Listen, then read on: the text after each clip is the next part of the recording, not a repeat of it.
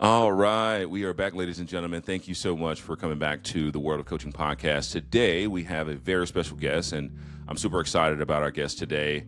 We have Jordan Johnson on our show today, and he is the founder of Alfred Wynn Agency. Super excited to have him here.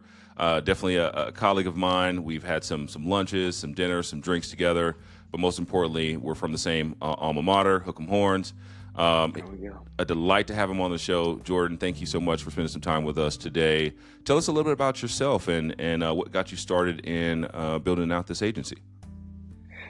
First, Darrell, wow, man, thank you for having me. I'm excited. I'm excited for you too, as well. Just creating this space, creating this table to sit at. It's awesome. So I got to give you your flowers first, man, Appreciate it. For sure. But standing up and creating Alfred Wynn has been a bit of a journey. I got to lean us in a little bit of different direction to at the beginning because it's a nuanced thing. It's like it's a very fine detail, but Alfred Wynn leans more towards the firm side, or consulting firm, than agency. And I've got some strong opinions about why firm is a word versus agency. So I'll tell you a little bit about that first, and then can kind of share the journey. So I grew up in advertising agency. Like I came straight out the gate from our alma mater, University of Texas, and started working in agency as an intern. Fast forward, a lot of years, a lot of roles, multiple different brands. I think I had at the first agency where I was at, called the marketing arm. It's an Omnicom shop. I think I had maybe like 6 roles in 7 years. So the path was great. I mean, I had a lot of wonderful experience there. Great mentors. And we can come back to that for sure. Great coaches, great mentors. I've had some wonderful bosses. But as I got a little bit older and more tenured in the agency dynamic, I started to see something sort of take shape as a theme I would see with my clients. Whenever the clients had some like economic hardship or they had down sales quarters, they'd go pluck money from marketing and sales. Well, if they plug money from marketing sales is plucking it from the agency. So that was something that was there in my mind. And then when I ended up in this season, and we could talk a little bit about how I got there, of creating Alfred Wynn, I was really just trying to do the right research and have a sound approach. So I was doing informational interviews. I talked to some folks at BCG. I talked to some people at Accenture, KPMG, really that big 3 of management consulting firms, McKinsey as well, because I wanted to kind of get a sense of, hey, yes, I'm not necessarily trying to get a specific role, but coming from an agency background, where do you see the correlations? Do you see the correlations? And do you see the value in my skill set? Because me, as an agency veteran, I think that my value has been like, look, I'm a consultant to my clients. I come with a consultative approach to solve their problems. And like, do you see the correlation, Mr. or Mrs. Management Consulting Leader? And a lot of what I heard was, interestingly, no. And that sort of rubbed me the wrong way. But really what it meant to me, and as we kind of pressed in a little deeper in those conversations, the agencies were sort of like, in somebody that is like rah-rah agency, which is all good. I'm rah-rah agency too. Yeah. This might not sit great, but it's a truth to me that the agencies in a lot of ways were relegated to the little kids table in these management consulting firms' minds. In a sense of when it came to impacting a client's bottom line, like what's going to drive the needle for us from a revenue perspective, from an investor relations perspective, the agencies were over here where you did creative things, fun things, creative stuff that we like to have but don't have to have, versus the clients looked at these management consulting companies as, closer to the bottom line. They're impacting all of these operational dynamics that move the needle for us. And I thought, okay, well, what if we could do the agency culture, like the cool, the differentiated, the fun, with the management consultant prowess of operations, of impacting business value, business outcomes, and just really the perception that comes along with that. And that's where I had to make a decision. And I have this conversation all the time, at least maybe twice a week, where it's like, oh, you started the agency. Yeah. We did start a firm, and we look at Alfred Wynn as a management consulting firm in a traditional description sense, but not the traditional experience. Gotcha. And when did you guys officially start Alfred Wynn? And we officially launched in the market in March of this year. Okay. And it feels like it's been about 18 months, and really we're pushing from 4, moving in towards the 5th month here really soon. But the start of Alfred Wynn was derived out of hardship for me, for sure. And I know we've talked a little bit, but I was laid off back in October 2024, which was launching upon into a season. How many hours do we have for our conversation today? Because that's wow, what a transformational 6 months in that period. Like, there's so much there, so much to unpack. Yeah. And I can imagine, especially when you first get that news that, man, I'm no longer going to work here, and so my day's going to look different. My check or at least my income is going to look different until I kind of figure these things out. And hold on, I think I might have froze. All right, sorry, my connection. Oh, that's wild, but it doesn't usually happen this morning. I got you back. I think I got you back. Okay, there you go. Yeah, I think we're back. So as far as when that happens, obviously the time is different because the time commitment. You're not having to go into work or clock into work. You're not having to. There's no security or guaranteed for what you're going to get paid. In the next 2 weeks or your next paycheck. How did you shift, knowing that you have some responsibilities, right? Whether it's responsibilities to your household, to your marriage, and then also these bills, right? These expenses. So what was that shift like for you, and what really helped you to sort of nurture or at least get yourself out of that? Because I know it can be hard, right? Yeah. It is hard, and I mean, as a coach has always told me once upon a time, like nothing, all growth hurts, and what hurts instructs and guides in a sense too. So it's easier, I should say, to say this now, but I'm so thankful for that season too. And Alfred Wynn as a vision has been something that has been in the oven for me for a long time. Like it's just. Let's talk about that. How long of a time? Because I'll tell you, this podcast started a year before I picked up this mic, and so I can imagine. Sometimes it's in the oven for a little while. I had it baking on low. I will say I had it baking on low for a long time, but I've said it this way before, and I'll say it to you, Darrell, this way. This morning, I sort of entered corporate America disgruntled to begin with. And, it wasn't because I entered disgruntled because I wasn't like, I'm glad to be done with school, or I'm grateful to be working. All those things were true. And I think this is what makes entrepreneurial dynamics is those things can be true. You can be grateful and glad you have a job and excited to be done with school. And at the same time, know there's more for you though.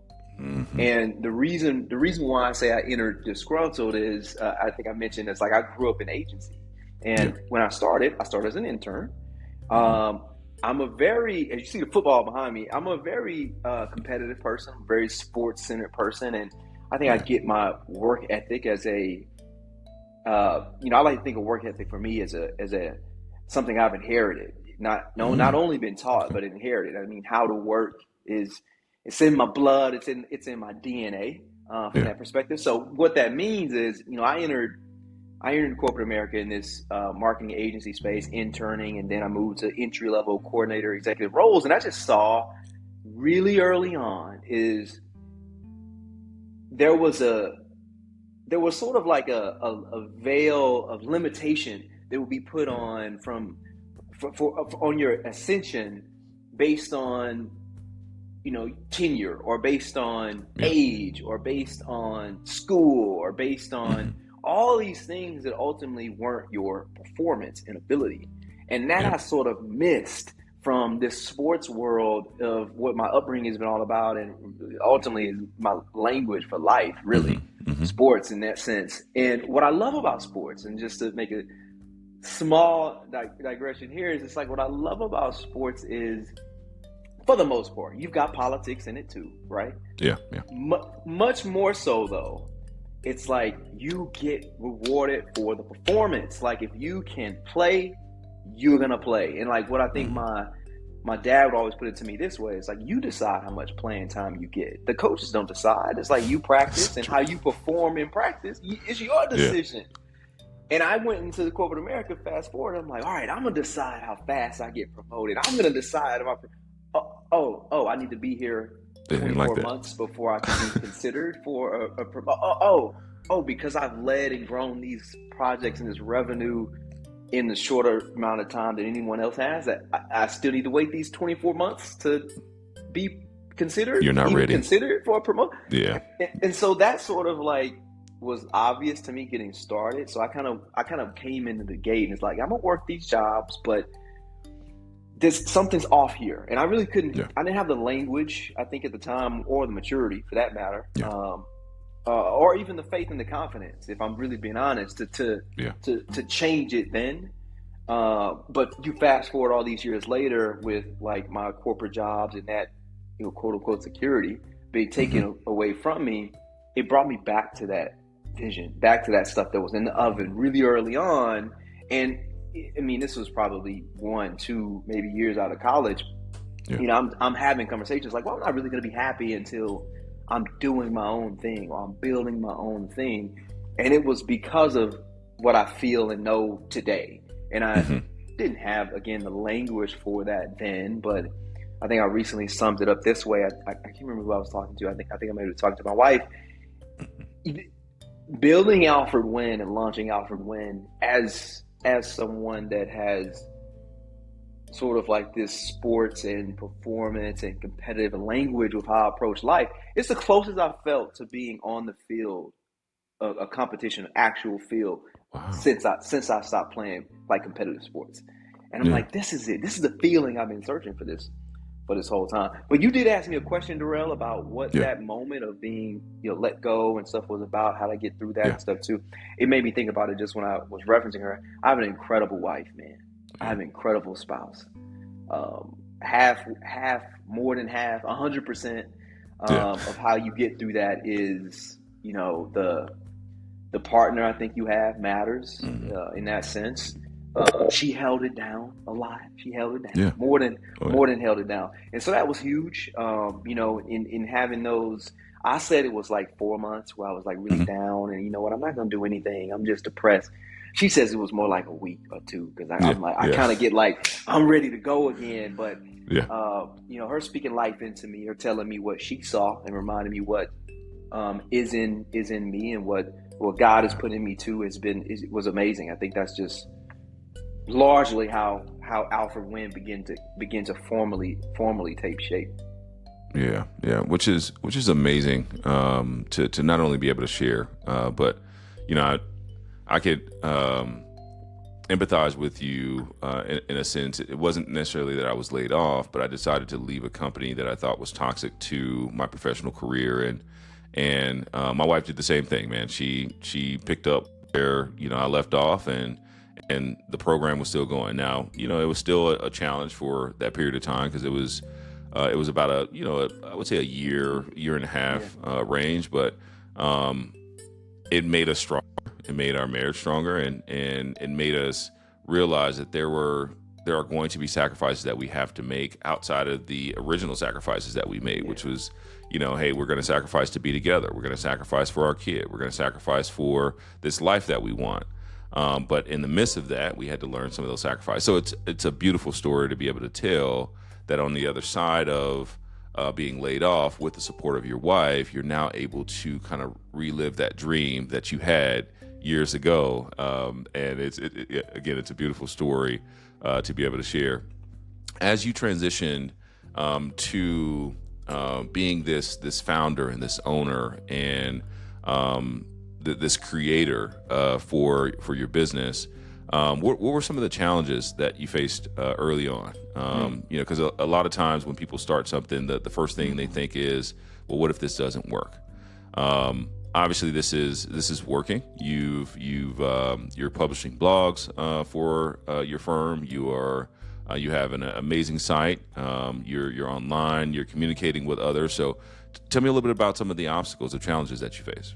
Yeah, that's really really great question, and it's huge. I mean, I think number one on that list though is always going to be that little bit of like imposter syndrome that's there. Always. Yeah. If I'm being honest, I mean, it's just one of those things that you have to hit it early, because it's always going to be there. I mean, you hear these amazing, talented superstars in sports and things like that too. That'll say it too. Sometimes you see a big game, big moment. You still like, am I ready for this? Can I?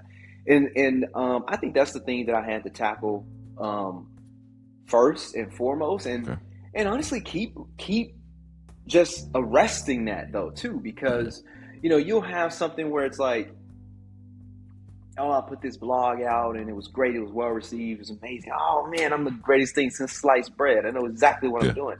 Then you put another blog out and it's just like crickets.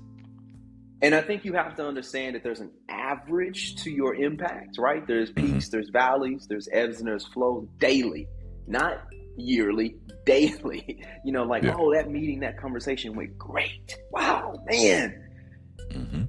Next one, not so much.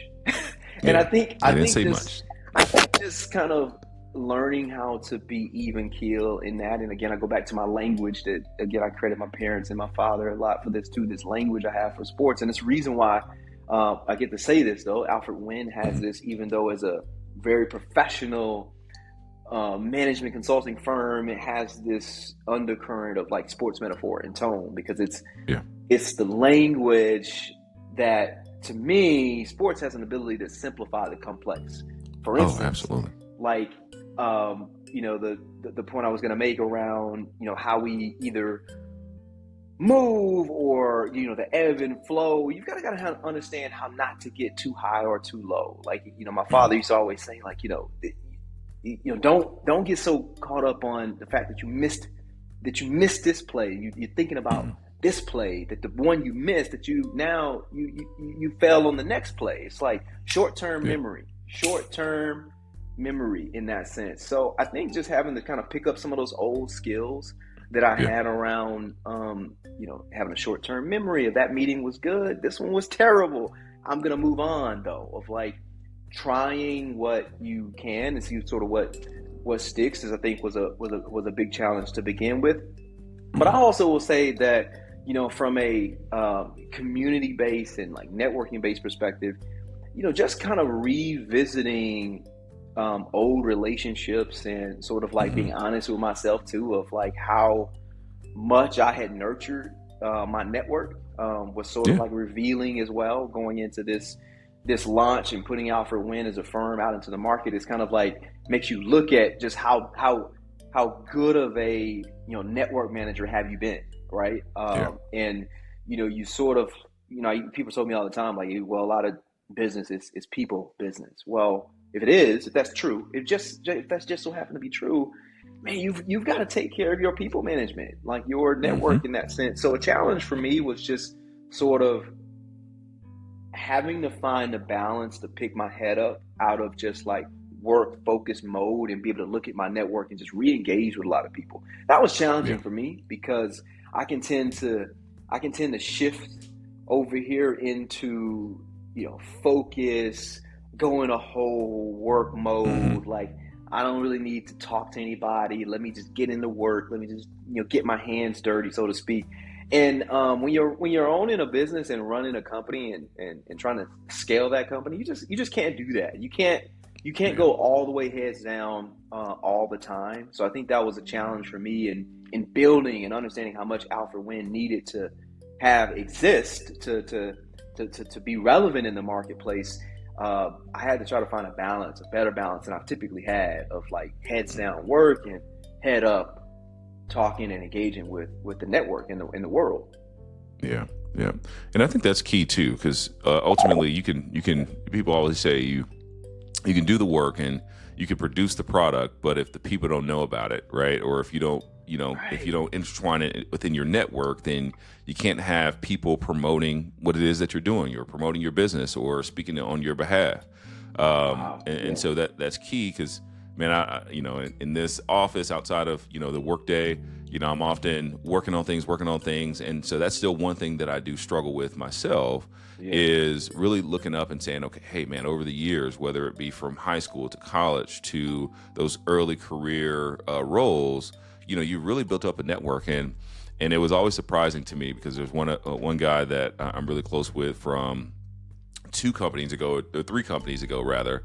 And he was like, Darrell, I'll follow anything you put out, man. You're the greatest thing since sliced bread. And so, but you don't think about those things until you get to a moment of being able to produce something that you're proud about, right? And that you want to put out into the world. And then you're like, okay, now I actually got to tell people about it. Now I actually got to, gain some steam and start to see the fruits of my labor. So I can get that wholeheartedly. That tell people about it is huge, though, and I struggle with that a lot. And I think, like I mentioned, I continue have to sort of arrest that. But I think my faith has been a huge kind of transformation in the ability to tell people more about it, right? Because I know ultimately the Alfred Wynn, the vision that is Alfred Wynn is in me. I think that it's bigger than me from that sense, and I think I'm so grateful God has given me a vision of Alfred Wynn because I think when I started on like 30 seconds in for Alfred Wynn, I saw it in the 10-year version. And I think that's probably my biggest friction day to day because I'm trying to make the 10-year version that I see clear as day right now. And it just doesn't work like that. You got to sort of find the patience, find the process, fine tune the day-to-day sequence, and it'll get there to the 10-year version. But I see it now. Yeah. And having that vision is, clearer more than ever. But I'm sure there were times where, as you were building, as it was in the oven on low, and you're checking on it, it's like, all right, well, we're almost there. But I also know that the vision that I had for you originally is still what's in there on low, right? Once I bring you out, it may be this larger vision 10 years down the road that has a large portfolio of clients that you're able to make that impact, right? That you're looking to make. So I'm looking forward to it, man. I'm looking forward to being a part of that journey. Man, I love that you put it that way. Talking about how what ultimately comes out the oven in 10 years now may not look exactly the same from this, but I can see now though that there's always going to be this retooling of like what are we baking in this oven now? Like we might kind of decorate the cake a little bit differently when we pull it out some years from now, and I see that a lot in even the positioning for Alfred Wynn today from like a March perspective. Like I think that some people have asked me like, well, what are you guys niching into? Is it about a particular industry? Is it about a particular company size? And I ultimately have had us. Alfred Wynn has made the decision where we're industry agnostic now, and sort of like from a most part from a size agnostic as well, with the exception of needing to have like an establishment into the market from a client perspective. But it is most about us niching into a moment of transformation and working with companies that are in like seasons of growth. What do I mean by that? Okay, because growth can mean a billion things. We're working with companies that are in those key growth inflection points, like coming in or out of M&A activity, divestitures, expanding products or services, moving into different geographies, or major leadership changes, and now there's organizational dynamics and growth. And what I've just seen over my career is that there's Alfred Wynn is all about helping companies navigate both brand strategy and operations together. Two dual focuses that you don't often see together. And the reason why we chose this brand strategy arm with this operational arm and putting them dually together is, we sort of saw, and looking at my tenure and some other folks as we looked at from their experiences, that, in growth moments or moments of key growth inflection for companies, the operational dynamics and complexities go from this to this. And that'll happen in the M&A moment, in the change of geographies, in the expansion of products and services, and what the operational dynamic scale going from this to this means is, well, now you have infinitely more areas and components that you need to pull and thread your brand strategy and your your strategic direction for your brand through. And we're all about helping companies navigate that. And so to the answers for all those, and this again, talk about the questions I answer all the time. This is one of them. I'm like, oh, what industry? Okay. So industry agnostic. Oh, what size company? And I'm like, for the most part, just established, not really specific, but we are specific into this moment of transformation that companies are in. And a lot of companies are in that, in a variety of industries, in a variety of sizes as well. So that's been huge and key for us with Alfred Wynn sort of leaning into that. I think the first early couple of clients that we have from a domestic and a global scale, both fit and all fit into that, being in key growth inflection point moments. Gotcha. Yeah. And I could agree that there's a period of time now, more than ever, where companies are looking at that transformation because they're transforming from the CEO or the board that looked nothing like the employees or the staff in which they had, right? There's also a lot more women coming into the workplace and coming into leadership. You also have people that want to develop better cultures. You have people that want to develop more of a skip level program to where leaders can actually talk to those individual contributors. Do you have any examples or maybe even some stories that you can share where you've seen some companies really looking towards that transformation, and maybe some of the things in which you've recommended, you've provided at least direction, or anything close to that? Yeah, a couple of stories. I'll leave some of the client names out just for good old NDA purposes and stuff in that sense. But there's a global company based here in Atlanta that I worked for some time. Those that want to do digging, you can figure that out pretty easily. Yeah. But there's change of CEO during the period that I was there, and also a lot of acquisition. So it's a massive organization, 40,000 people, multiple continents. And, growth for them is, growth for some people can be driving expansion of products and services or buying stuff. For them, in a lot of ways, it was buying stuff. And, one of the things that you see in that season that happens the most, and this is the capability of Alfred Wynn, where we really lean in here, is when you buy the new things, like you've got parent company here, buy smaller companies there, and now you've got these two or three small companies. They've got a brand, they've got a DNA, they've got a way of being, and then you've got a brand, you've got a DNA, you've got a way of being. So in that friction point there, you've got to sort of figure out like what is going to adopt to what. Like, are you going to acquiesce to the smaller brands, allow them to keep their sort of personality and their tone, their message, their strategy, and just make it part of yours? Or are you going to force them to adopt what you have? And a lot of companies don't make those decisions before moving into these growth inflection points, or they'll get into these growth inflection points and realize they've got a million holes in these decisions. So just having an opportunity to be inside of the organizations at the time, this is all pre-Alfred Wynn, and just seeing the real focus and value and necessity for organizational strategy of like who will go where in terms of roles. There's a lot of duplication in acquisition as well, which you think about the human and the personal side of it. That's tough. Like we've got 4 of these roles already. We may not need your 4, but those are all things that have to be considered from that perspective. And in a lot of ways, when you do make the decisions, when you figure out what organizational structure is going to exist, I think you did have to figure out like what that transition and that transitional growth period will look like and how long it might take, and that might be based off of how much equity or power in the market these brands have. Like that might be something you want to allow to live a little bit longer, because it may help you. It may help the bigger thing since they have so much power and equity in the market. But if there's not a whole lot of equity there, and it's something which you can sort of just fold in rather rapidly, then you can consider that as well. It's just more so, I think it's what I've seen is just you have to take the steps and the strategic steps to map out and build out what those roadmaps look like in these growth periods, because it's really easy to derail the train during those periods. Oh, absolutely. Oh, yeah. And having that roadmap really either one is going to drive excitement or it's going to drive anxiety, because ultimately, whether it's I've worked for two large companies over the last 5 years, man, and they are in this M&A space where they're going and they're purchasing so many of these companies. But I think when they purchase the companies, they have one thought of, all right, hey, how can we continue to be profitable off of this company?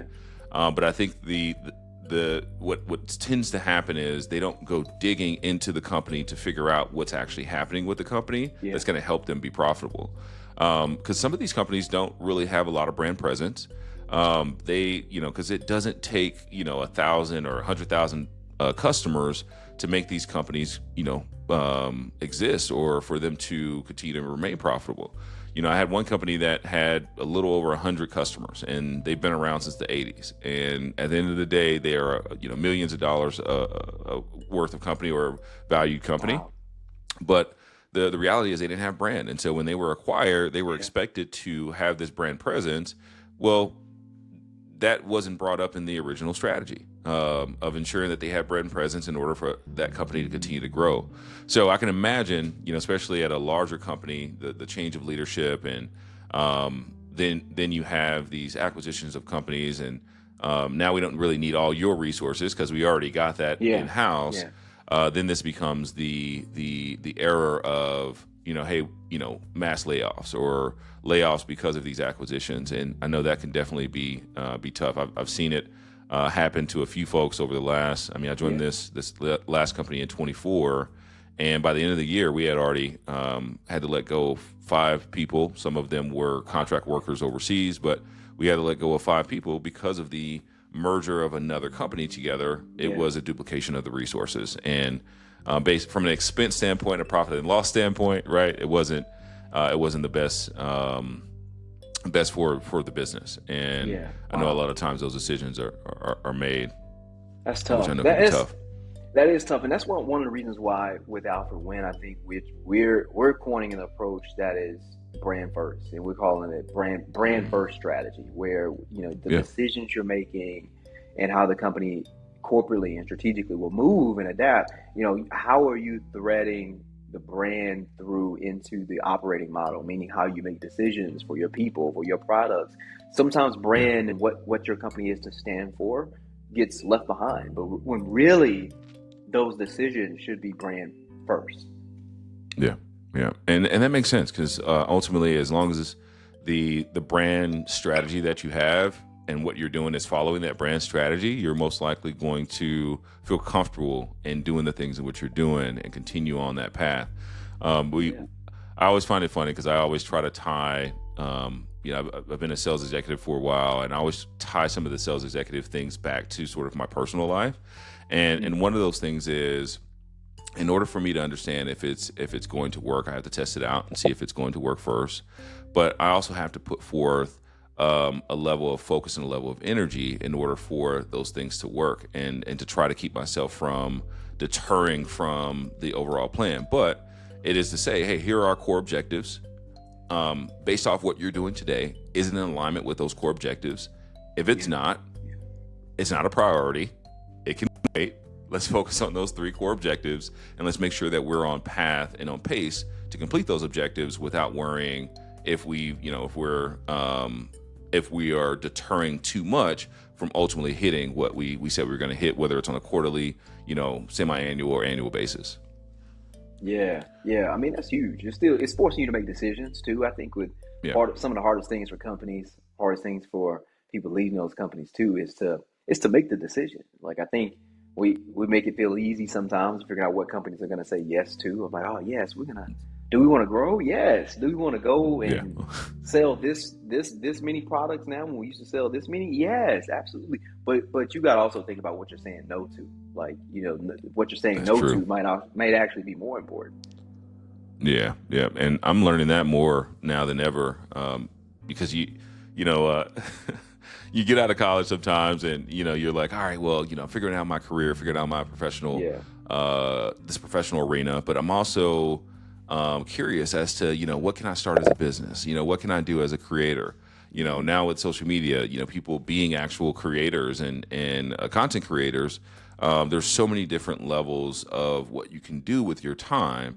But I think what happens is a lot of people get distracted because they bring on all these different things that they can do because they want all these streams of income, but they haven't really tested out the one to work and to work well for them, to then say it's an official stream of income. It's like, all right, hey, I'm trying all these things, but nothing really to show for, right? Nothing to really produce.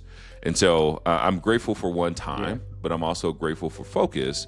But the last one is really discipline, and I want to talk to you about that because we've obviously known each other since college, but we reconnected because we ran into each other at the gym.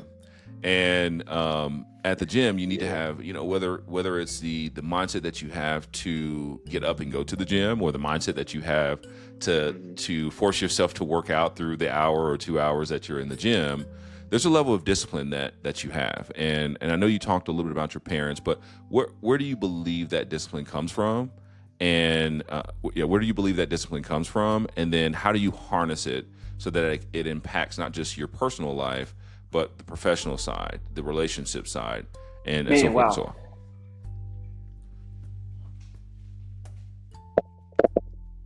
Yeah, that's huge though, and really a significant question. I mean, the discipline for me, I think, is honed. It starts the origination of all of what I have to give starts from my faith for sure. But I think that's something that is shaped in the early stages of sort of like, for me, creating my upbringing, or my upbringing being created for me. The discipline I said is some like the sports and the work ethic is sort of like, I think, in my DNA. I think I've inherited it more than being taught it. I think my dad is a big, impact to that. Both my parents are, my mother as well. But you've got to somewhere make a decision, I think, and having the folks around you. I think you talk so much about the value of coaching and what that means from a perspective. I'm a person I'm always going to be harder on myself than other people are.